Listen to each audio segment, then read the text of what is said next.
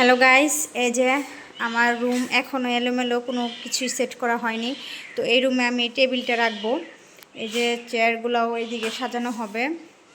যে একদম সব অগুছালো, কোনো কিছু গুছানো হয়নি। আর এই যে পাকঘরের অবস্থাও খুবই খারাপ, যেহেতু সব এলোমেলো আছে।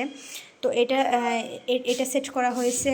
আর আমি আসলে বক্স সিস্টেম করিনি, আমি এরকম যে তাক সিস্টেম করেছি। এর জন্য আর কি বক্স দেয়নি, যখন দোতলায় উঠে যাব তখন আর কি বক্স দেবো। আর এই জায়গায় দেখতে পাচ্ছেন, এই জায়গায় হবে আমার মানে আপনার অ্যাটাচড যে বটি, আমি এই জায়গায় দাঁড়িয়ে দাঁড়িয়ে কাজ করি, তো ওটা আমি এই জায়গায় সেট করব। আর সব কিছুই যে একদম অগোছালো, মানে কোনো কিছুই নেই। আর আমার এই যে এই চুলাটা দেখতে পাচ্ছেন, এটা আমি চেঞ্জ করব। আমি স্মার্ট যে চুলাগুলো আছে ওগুলো নিয়ে আসবো।